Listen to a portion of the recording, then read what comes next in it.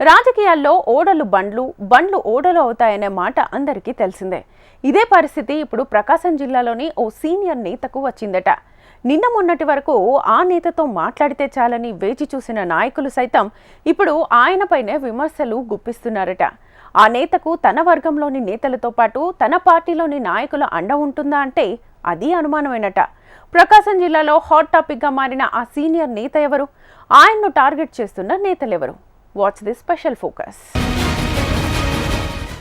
ఏపీలో ప్రకాశం జిల్లా రాజకీయాలు సెపరేటు. జిల్లా రాజకీయాల్లో ఇప్పుడు వైసీపీ వర్సెస్ బాలినేని అన్నట్లుగా మారిందట. బాలినేని శ్రీనివాసరెడ్డి ప్రస్తుతం జనసేన పార్టీలో ఉన్నారు. అయితే బాలినేనికి జనసేన పార్టీ నాయకులు మద్దతు ఇస్తారా లేదా అనే డౌట్ పొలిటికల్ సర్కిల్స్లో వినిపిస్తోంది. బాలినేనితో పాటు వైసీపీ నుంచి జనసేనలోకి వెళ్లిన వారు మాత్రమే ఆయనకు అండగా ఉంటున్నారట.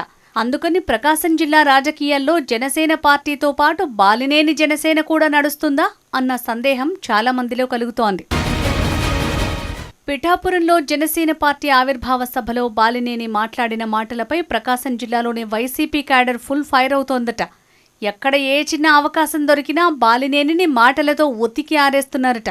నిన్న మొన్నటి వరకు ప్రకాశం జిల్లాలో బాలినేనితో మాట్లాడటానికి పోటీపడిన నాయకులే ఇప్పుడు ఆయనకు హితవులు చెప్తూ నోరు అదుపులో పెట్టుకోవాలంటూ వార్నింగ్లు సైతం ఇస్తున్నారు. అంటే బాలినేని పార్టీ మారిన క్రమంలో పరిస్థితిలో ఎంత మార్పు వచ్చిందో అర్థం చేసుకోవాలని జిల్లాలోని రాజకీయ పరిశీలకులు విశ్లేషిస్తున్నారు. బాలినేనిపై ప్రకాశం జిల్లాలో వైసీపీ క్యాడర్ మొత్తం ఫైర్ అవ్వటానికి 2 కారణాలుగా చెప్తున్నారు. పిఠాపురం సభలో బాలినేని మాట్లాడుతూ రాజకీయాల కోసం తాను ఆస్తులు అమ్ముకుంటే జగన్ తన వియ్యంకుడి ఆస్తులను లాక్కున్నారనే మాట వైసీపీ శ్రేణులకు మింగుడు పడటం లేదట. తనకు అవకాశమిస్తే ప్రకాశం జడ్పీ చైర్మన్ కుర్చీపై జనసేన నేతను కూర్చోబెడతానని బహిరంగంగానే సవాల్ చేశారట. ఈ 2 విషయాలు ఇప్పుడు ప్రకాశం జిల్లా రాజకీయాల్లో హాట్ టాపిక్గా మారాయి. బాలినేని పిఠాపురం సభలో మాట్లాడుతున్న సమయంలో సోషల్ మీడియాలో వైసీపీ క్యాడర్ యాక్టివ్ అయిపోయింది. బాలినేని ప్రసంగం ముగిసే సమయానికి ఆయన మాటలకు సోషల్ మీడియాలో ఫుల్ నెగటివ్ ట్రోల్స్ ప్రారంభించేశారు.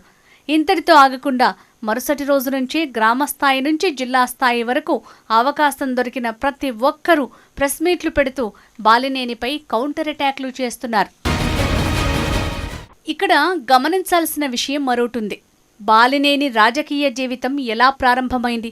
తొలి రోజుల్లో బాలినేని తనకు సహకరించిన వైఎస్ బంధువులను ఏ విధంగా ఇబ్బంది పెట్టారు అనే విషయాలను పూసగుచ్చినట్టు మీడియా ముందు అప్పటి టీడీపీ ఇప్పటి వైసీపీ నాయకులు వివరంగా చెప్పేస్తున్నారు.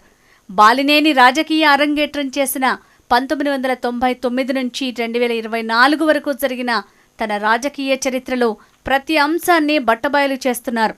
అంతేకాకుండా కాంగ్రెస్ వైసీపీలో కీలక నేతగా ఉన్న సమయంలో కీలక పదవుల కోసం నాయకుల వద్ద డబ్బులు వసూలు చేసిన అంశాలు కూడా బహిరంగంగానే చెప్పేస్తున్నారు. అధికారం కోసం ఆయా పార్టీలు మారటానికి బాలినేని ఏ విధంగా ప్రయత్నించారో కూడా గుర్తు చేస్తున్నారు. ప్రకాశం జడ్పీ చైర్మన్ పదవి కూడా వైసీపీలో లేకుండా చేస్తానన్న బాలినేని మాటకు ఏకంగా సవాళ్లే చేస్తున్నారు. ప్రస్తుత జడ్పీ చైర్మన్ బూచేపల్లి వెంకయ్యమ్మ బాలినేనికి సవాల్ విసిరారు. చేతనైతే ప్రకాశం జిల్లా జడ్పీ చైర్మన్ కుర్చీని టచ్ చేసి చూడాలని ఛాలెంజ్ చేశారు. ఇంత జరుగుతున్నా బాలినేని తరపున నిలబడేది మాత్రం వైసీపీ నుంచి జనసేనలోకి వెళ్లిన ఆ కొద్దిమంది కార్పొరేటర్లు మాత్రమే కనబడుతున్నారు.